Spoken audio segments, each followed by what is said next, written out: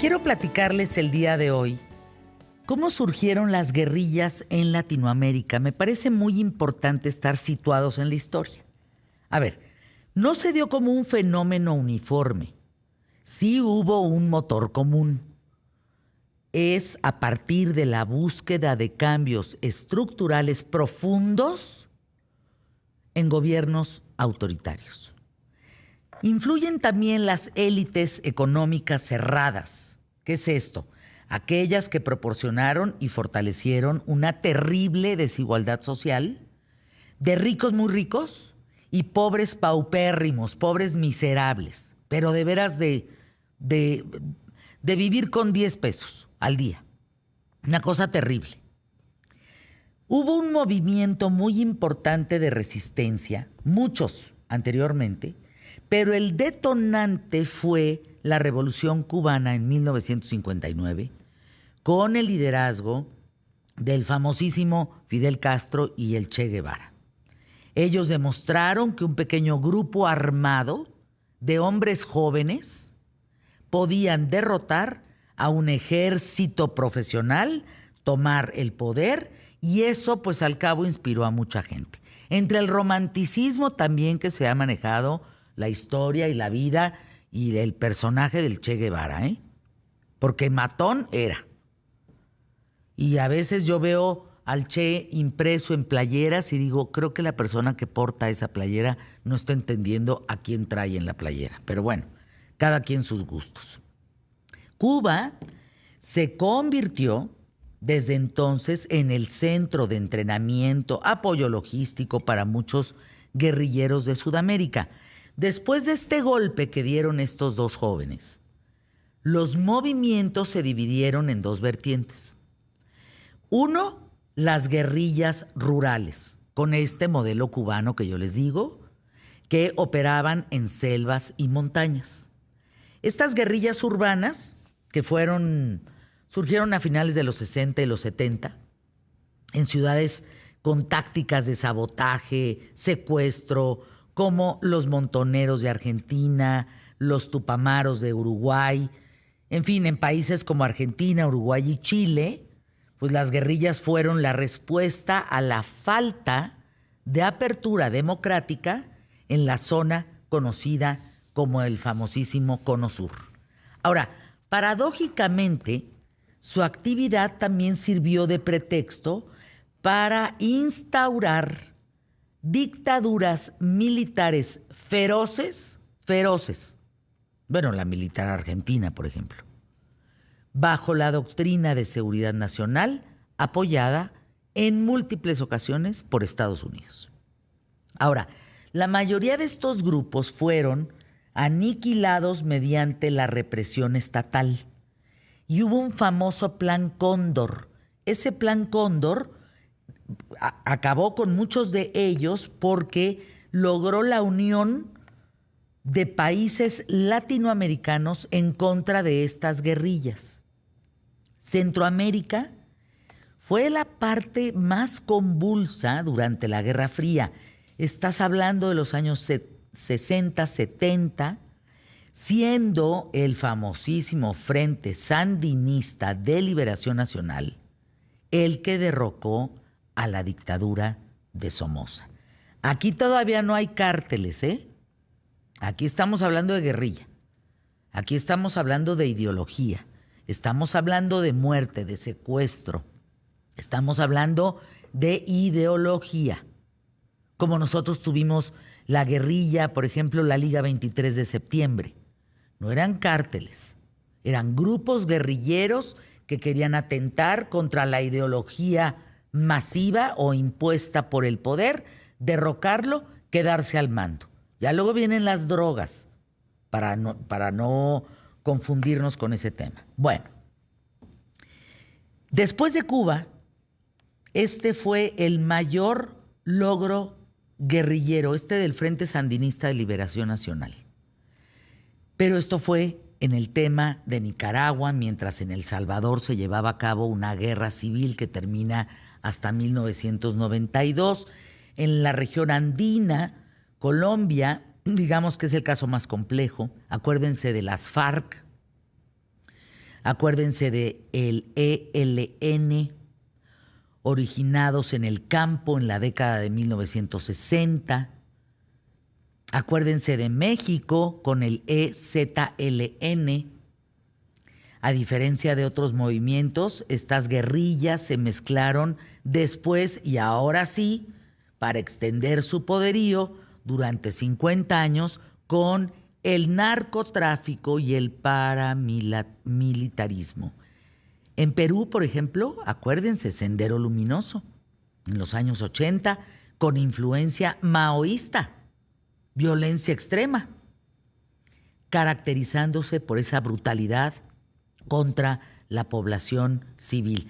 Ese terrorismo viene inspirado de Asia, vía internet, porque ellos, antes no había descabezados en México hasta que llegó el Güero Palma. La guerrilla los mataba, pero no había un terrorismo per se que tú te encontraras en una casa a toda tu familia con las cabezas. Eso viene de una influencia asiática hacia Latinoamérica para infundar el terrorismo por esta zona. Con la caída del muro de Berlín, y ya casi termino para darle la bienvenida a nuestra invitada, con la caída del muro de Berlín, estamos hablando 1989, cuando acaba el tema de la Unión de la República Soviética Socialista y demás, el apoyo ideológico y financiero de muchas de estas guerrillas terminó. Se acaba la URSS, entra la perestroika, cae el muro de Berlín. ¿Quién financia a estas guerrillas? Pues es imposible. Y ahí es donde empieza a que muchos guerrilleros, guerrilleros perrunos aquí en México, Lucio Cabañas. La guerrilla de Lucio Cabañas en Guerrero mataron al gobernador de ese tiempo, que era Genaro Velázquez. Entonces, estás hablando de, se intentaron firmar varios pactos de paz, del que surgieron partidos políticos, viene como el M-19 en Colombia, el FMLN en El Salvador, les decía del EZLN en el año de 1994, que nació como una guerrilla armada, pero luego se convirtió en una lucha política, mediática de los derechos de los indígenas. Ahora, aquellos que perdieron el financiamiento, ¿qué vieron? Pues la droga. La droga. Y entonces de la guerrilla se pasa a los cárteles. Pero no es igual. No hubo guerrilleros que estuvieran, por decirlo así, metidos en la máxima expresión de la venta de drogas, tráfico de personas, secuestros y demás. No, era un tema ideológico. Me parece muy importante hablar de esto porque nosotros tuvimos una guerrilla y justamente, ¿qué creen? Esa guerrilla provenía de Ayotzinapa. Y luego vienen los cárteles de la droga, entre los rojos, entre todos estos que viene la tragedia de Ayotzinapa. La misma escuela donde estudió Lucio Cabañas y surgieron todos estos guerrilleros, es la misma escuela de donde salieron los chavos para los cárteles de los Rojos y los Guerreros Unidos. Antes guerrilla, después narco. Es la misma escuela, ¿eh? Es el mismo sector, es el mismo lugar. Para entender, entonces, todo este contexto, para darle la bienvenida a Saya Vergara, viceministra de Cultura de Colombia, con un libro que vamos a presentar, pero con una reflexión de todo esto que estoy presentando, Saya, todo este panorama. ¿A ti qué te deja como reflexión? Bueno, pues lo primero, muchísimas gracias por esta invitación tan especial. Me encanta el contexto que haces. Creo que es muy importante hacer pedagogía sobre nuestra historia, porque las guerrillas no surgen porque sí, ¿no? Siempre hay regímenes que oprimen, regímenes que instauran la desigualdad, y hay gente sensible que está harta en un punto, otros que están dispuestos a renunciar a sus privilegios, otros que son idealistas y quieren cambiar el estado de las cosas para ensanchar ese concepto que nos prometieron desde la Revolución Francesa, que es la democracia, en la que no siempre cabe todo el mundo, como se nos ha dicho, ¿no? Entonces, muchas gracias por esa introducción. Fíjate que te escuchaba y pensaba que además de lo importante de la pedagogía que hay que hacer desde los medios de comunicación, digamos que hace falta, y es creo que lo que destacamos mucho en el libro, hace falta la voz de las hijas e hijos de todas esas personas que mencionaste. Porque claro, las guerrillas tienen orígenes distintos, ya tú lo has mencionado, unas más ideológicas, unas más campesinas, otras más urbanas, otras, en fin. Pero de todas formas, todas esas personas que tomaron las armas tienen hijos e hijas. ¿Y dónde están? ¿Dónde están las voces de esos niños y esas niñas que les tocó vivir historias muy dolorosas por las elecciones que hicieron sus padres y sus madres? En muchos casos son niños y niñas que hoy en día son adultas como yo tengo 47 años, pero hay gente todavía más mayor que incluso pueden llegar a ser abuelos y nunca han contado la historia que les tocó vivir, o las historias, donde en muchos casos, por ejemplo, como sus padres y madres se iban, tenían que criarlos las tías, las abuelas, generalmente mujeres, pero crecieron con un dolor en su corazón muy brutal porque nunca tuvieron a sus padres o sabían que se los habían asesinado o probablemente que eran torturadores, porque de las reflexiones que a mí me interesa dejar con este libro es que la paz se construye solamente cuando están todas las voces en los relatos.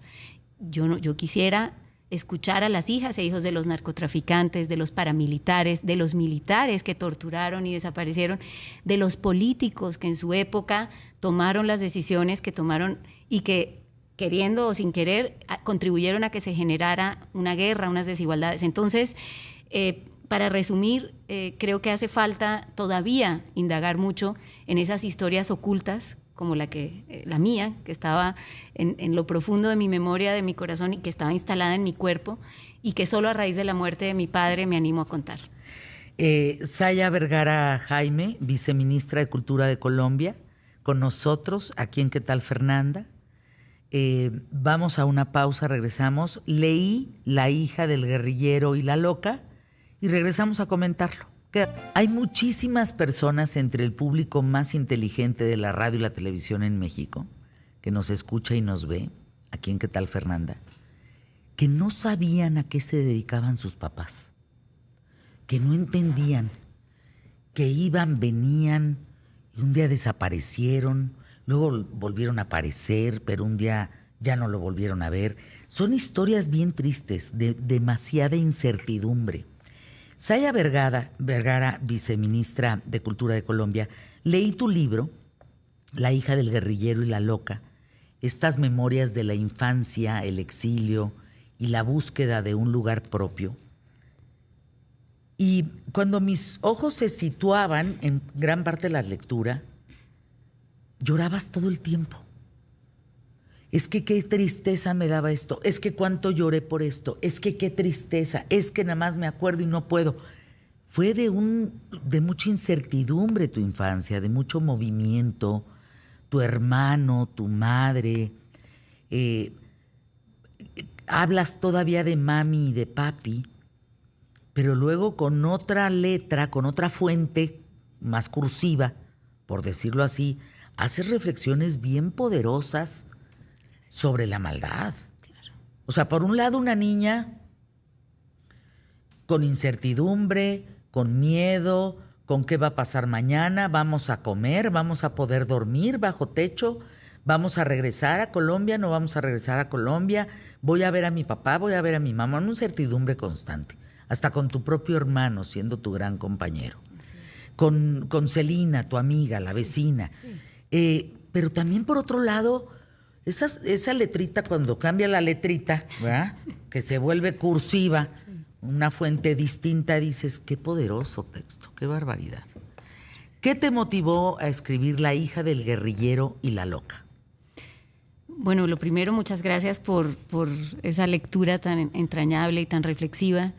Mira, a mí me motivó a escribirlo la muerte de mi papá. Él falleció el 18 de agosto de 2022 y cada vez que iba pasando el tiempo, a mí me decían, y yo leía mucho sobre el duelo, y entonces que esto tenía una fase, primero de esto, la negación, la no sé cuántas, pero que de todas formas se iba transformando el dolor. Y la única transformación que yo veía es que se iba ensanchando y era como si yo me fuera metiendo en un agujero negro y yo no encontraba consuelo en nada. Y bueno, llevo haciendo 20 años psicoanálisis y yo dije, tengo que volver a la infancia, ahí está todo. Y empecé a escribir sin ánimo de publicar, únicamente como tratando de entender. Ese es el psicoanálisis finalmente, ¿no?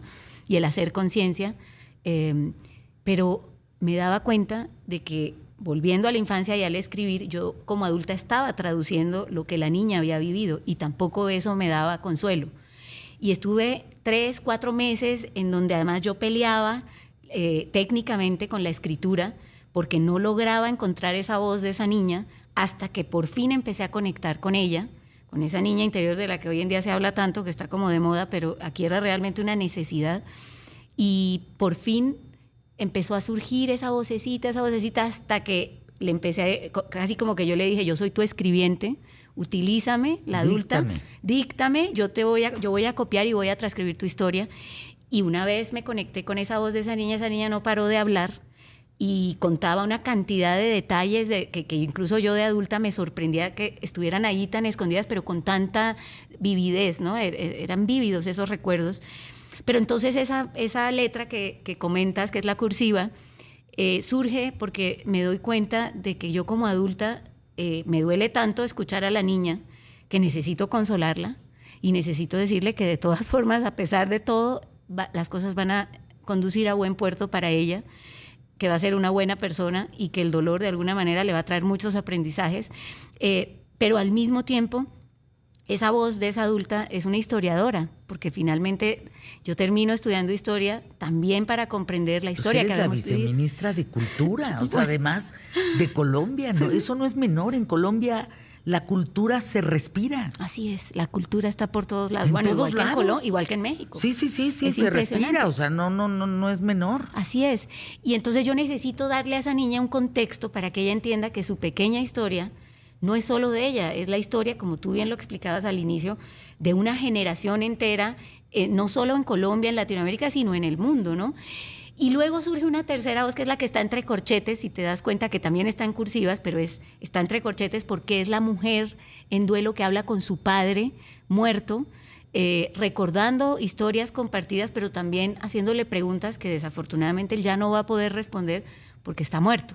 Entonces son esas tres voces que se mezclan y esto pues nació de la entraña. O sea, yo no te puedo decir ni que es que lo escribí para contarle al mundo mi dolor, ni mucho menos porque a mí el tema del victimismo no me interesa, sino más bien es como una reflexión integral, porque yo soy esa niña, pero ya no soy solamente esa niña, soy la historiadora, la servidora pública, también que mi papá me dejó una gran herencia de servicio. La hija del guerrillero, exactamente, pero también la loca. Pero también la loca, mi mamá, una mujer muy cristiana, que también siempre estaba al servicio de los demás, de las personas más desfavorecidas. El poco dinero, hay una parte que dice, el poco dinero que tenía lo daba de diezmo. Me carga. Sí, por eso también a veces la loca. Cuando leí eso dije, me carga, oye, pues si poco tenían. A mí también, me carga porque lo daba de diezmo. No te preocupes, que a mí también.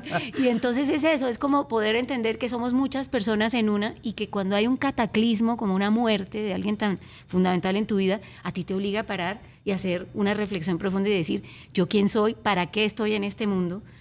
¿Cuál es la finalidad de lo que yo viví? No puede ser solamente mi pequeño drama y por eso te lo comentaba al inicio, ¿no? Fíjate, Saya Vergara, ¿cómo me hace reflexionar lo siguiente? Hemos leído libros de criminales, de guerrilleros, de dictadores, pero ¿y los hijos? ¿Y el hijo del Charles Manson? Por ejemplo. ¿No? Y el hijo del serial de Tú las traes, y el de la gente hija ahí de parientes del Che Guevara. Imagínate, ¿dónde o sea, están ¿dónde esas está voces? la gente de Hitler? ¿Dónde está de Pol Pot? Exacto. ¿Dónde están esos guerrilleros? ¿Dónde están esos hijos? Porque, ¿sabes qué me preocupa, Saya, en esto que estás diciendo? La reflexión es tan profunda que hay una generación hoy en Alemania que no sabe del Holocausto. Imagínate. Y son los jóvenes de 20 y tantos años. Exacto. Y si tú no conoces la historia, tiendes a repetirla. Es así de sencillo. Así es. Entonces, ¿dónde están los hijos que deberían? Por eso dije, ¿cuántos que me escuchan tienen una vida donde no sabían si su papá era criminal, era ratero, era de la mafia, era espía, era guerrillero, era... Pues tú no sabes. No sabes, y eso es muy grave, porque como bien dices, le hace falta una parte sustancial a los relatos que nos han enseñado incluso en la escuela. Además, porque los relatos los tienden a escribir los poderosos, los que ganan generalmente, los hombres y los adultos. Pero entonces, las voces de los niños y las niñas, ¿dónde están? Yo estaba hablando... Aquí, en La hija del guerrillero y la loca. Aquí, en esas memorias de la infancia. Se intenta abrir esa puerta. Sí, porque fíjense que ella vive mucho dolor. Pero, sin embargo, cuando prueba un dulce, la vida se detiene y solamente respira dulce. Exacto. ¿No? Y cuando se acuerda de un capítulo del Chavo del Ocho, o cuando camina una calle, exacto, o cuando... Todo es... Dentro del dolor y la ausencia hay una observancia, exacto, constante que te saca adelante. Exacto, y yo creo que tiene que ver primero con esa capacidad de sorprenderse que tienen las y los niños, cuando el mundo todavía sí no los ha avasallado, digamos, pero también tiene que ver con el hecho de que crecimos en un hogar con mucho amor a pesar de todas esas incertidumbres, y en un país como México, que está... o sea, impregnado de olores, sabores, imágenes, de historias, ¿no? Y eso también ayudaba mucho. Léanlo, vale la pena hacer una reflexión de eso. ¿Cómo vive la hija de un guerrillero cuando ella lo único que quiere es estar con su papá? Así es. Pues ya te vale gorro que a qué se dedique. Pues si tú quieres estar con tu papá, quieres ser cobijada, quieres ser protegida, quieres tener la certidumbre del cobijo, pues. Así es. Pues no hay. Es. Editorial Grijalvo, ¿dónde lo podemos comprar? En cualquier librería. Amazon, Sanborns, Gandhi. Gandhi, todas están. Afortunadamente tenemos un equipo maravilloso en Random House que nos ha distribuido el libro por toda la República Mexicana y también en Colombia. Su mamá, esta página 124 sí la doble. Es que la mamá se reía y le decía... De pena se murió un burro en Cartagena y nadie dijo pobre burro, sino qué burro tan pendejo. Porque yo era muy tímida, me daba miedo hablarle a los adultos y ella siempre me decía eso. Es una gran frase. Es una gran frase. A mí me daba tristeza era por el burro, porque le iban a decir pendejo al burro. Me parecía tan triste.